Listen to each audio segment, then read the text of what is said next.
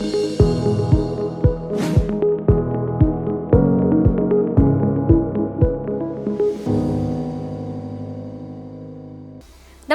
ಅಶ್ವ ಕೃಷಿ ಚಾನೆಲ್ಗೆ ಸ್ವಾಗತ.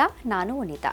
ಬೇಸಿಗೆಯ ಕೃಷಿಯು ಸೀಮಿತ ನೀರಿನ ಲಭ್ಯತೆ ಮತ್ತು ಹೆಚ್ಚಿನ ತಾಪಮಾನದಿಂದಾಗಿ ಸವಾಲಿನದ್ದಾಗಿದ್ದರೂ ಸರಿಯಾದ ಬೆಳೆ ಆಯ್ಕೆ ಮತ್ತು ನಿರ್ವಹಣೆಯಿಂದ ಅಲ್ಪಾವಧಿಯಲ್ಲಿ ಉತ್ತಮ ಆದಾಯ ಗಳಿಸಲು ಅವಕಾಶ ನೀಡುತ್ತದೆ. ಮುಖ್ಯವಾಗಿ ಕಡಿಮೆ ನೀರು ಬೇಡುವ ತರಕಾರಿಗಳು, ಬೆಂಡೆ, ಟೊಮೆಟೊ ಮತ್ತು ಎಳ್ಳಿನಂತಹ ಎಣ್ಣೆಕಾಳು ಬೆಳೆಗಳು ಬೇಸಿಗೆಗೆ ಸೂಕ್ತವಾಗಿವೆ.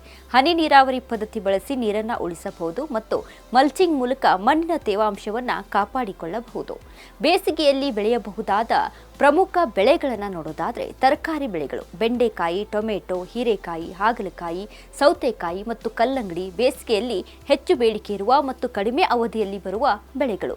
ಪಯರು ಮತ್ತು ಎಣ್ಣೆಕಾಳುಗಳು ಹೆಸರು ಅಂದರೆ ಗ್ರೀನ್ ಗ್ರಾಮ್, ಅಲಸಂದೆ ಮತ್ತು ಎಳ್ಳು ಕಡಿಮೆ ನೀರಿನಲ್ಲಿ ಬೆಳೆಯಬಹುದಾದ ಮತ್ತು ಶಾಖವನ್ನು ತಡೆದುಕೊಳ್ಳುವ ಬೆಳೆಗಳಾಗಿವೆ. ತೋಟಗಾರಿಕೆ ಬೆಳೆಗಳು ಬೇಸಿಗೆಯಲ್ಲಿ ರೇಷ್ಮೆ ಹುಳುಗಳಿಗೆ ಹಿಪ್ಪು ನೇರಳೆ ಎಲೆಗಳ ನಿರ್ವಹಣೆ ಅಗತ್ಯ.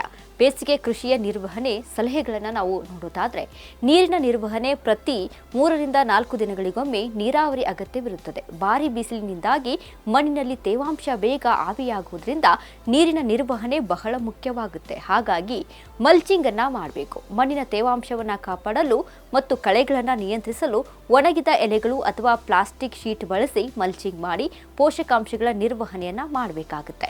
ತೋಟಗಾರಿಕೆ ಬೆಳೆಗಳಿಗೆ ವಿಶೇಷವಾಗಿ ಹಿಪ್ಪು ನೇರಳೆ ತೋಟಗಳಿಗೆ ಬೇಸಿಗೆಯಲ್ಲಿ ಸೂಕ್ತ ಪೋಷಕಾಂಶಗಳನ್ನು ಪೂರೈಕೆಯ ಅಗತ್ಯವಿರುತ್ತದೆ. ಅಡಿಕೆ ತೋಟದ ನಿರ್ವಹಣೆ ಬೇಸಿಗೆಯ ಬಿಸಿಲಿನಿಂದಾಗಿ ಅಡಿಕೆ ಮಿಡಿ ಉದುರುವುದು ಸಾಧ್ಯತೆ ಇರುವುದರಿಂದ ಸೂಕ್ತ ನೀರಾವರಿ ಮತ್ತು ರೋಗ ನಿರ್ವಹಣೆ ಅಗತ್ಯವಾಗಿರುತ್ತೆ.